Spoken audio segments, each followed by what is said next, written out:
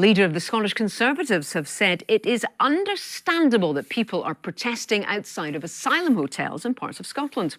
Russell Finlay told BBC Scotland News that lawful protest is entirely reasonable. Mr Finlay took questions after a speech in which he called for councils in Scotland to be given more power and larger budgets in order to ensure decisions on asylum accommodation are made at a more localised level. Well, we've seen instances where horrific cases where, for example, there was a young female in Scotland who was raped by someone who came to this country illegally after having made their way through numerous safe European countries. And it's understandable in those circumstances why communities would question the entire integrity and safety of the immigration system. So where do Scots really stand on the issue of asylum seekers and immigration more broadly? Earlier, I asked polling expert Mark Diffley of the Diffley Partnership to explain. So in our latest survey, which is coming out this week, where we ask the public to name 3 issues which are of greatest concern, which, in the words of the question, are the most important issues facing Scotland. The NHS and the economy are still significantly out ahead. So about half respondents say the NHS in their top 3, and 37% say the economy. But immigration is now mentioned by more than 1 in 5, so by 21%. So it is now the issue of third most concern to the public. And what's interesting is that this has been happening for sort of 12 months or so.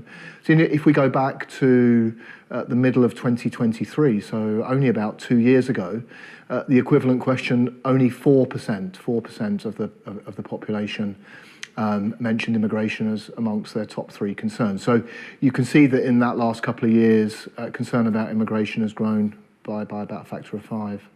And Mark, who in Scotland is most likely to put immigration as the top concern? So we see patterns amongst the electorate in Scotland similar to across the UK. The numbers are smaller in Scotland, but the patterns are the same. So it tends to be older voters, so particularly those in their 50s and 60s. So about a third of that cohort mentions immigration in their top 3, and that compares to only about 15% of those aged 16 to 34, so about double. So age is one of the biggest predictors. Depends where you live in Scotland as well. So those that live in Scotland's most deprived and poor neighbourhoods tend to be more concerned about immigration than those who live in Scotland's more affluent neighbourhoods. What do you think the impact of this will be on the Scottish elections not that far away now? Well, I mean, it's an interesting question. We now have, of course, Reform UK, for whom immigration is one of their absolute key issues, who did well in the recent Hamilton by-election for the Holyrood Parliament, and are polling at a level where they are likely at this point to get quite good representation or significant representation in the Scottish Parliament. What makes that important is that for people like me, that kind of means that I think the issue of immigration will play a greater role than it has in previous Holyrood elections, and is likely to be quite a divisive issue in a way that it hasn't been in the past. Mark Diffley there.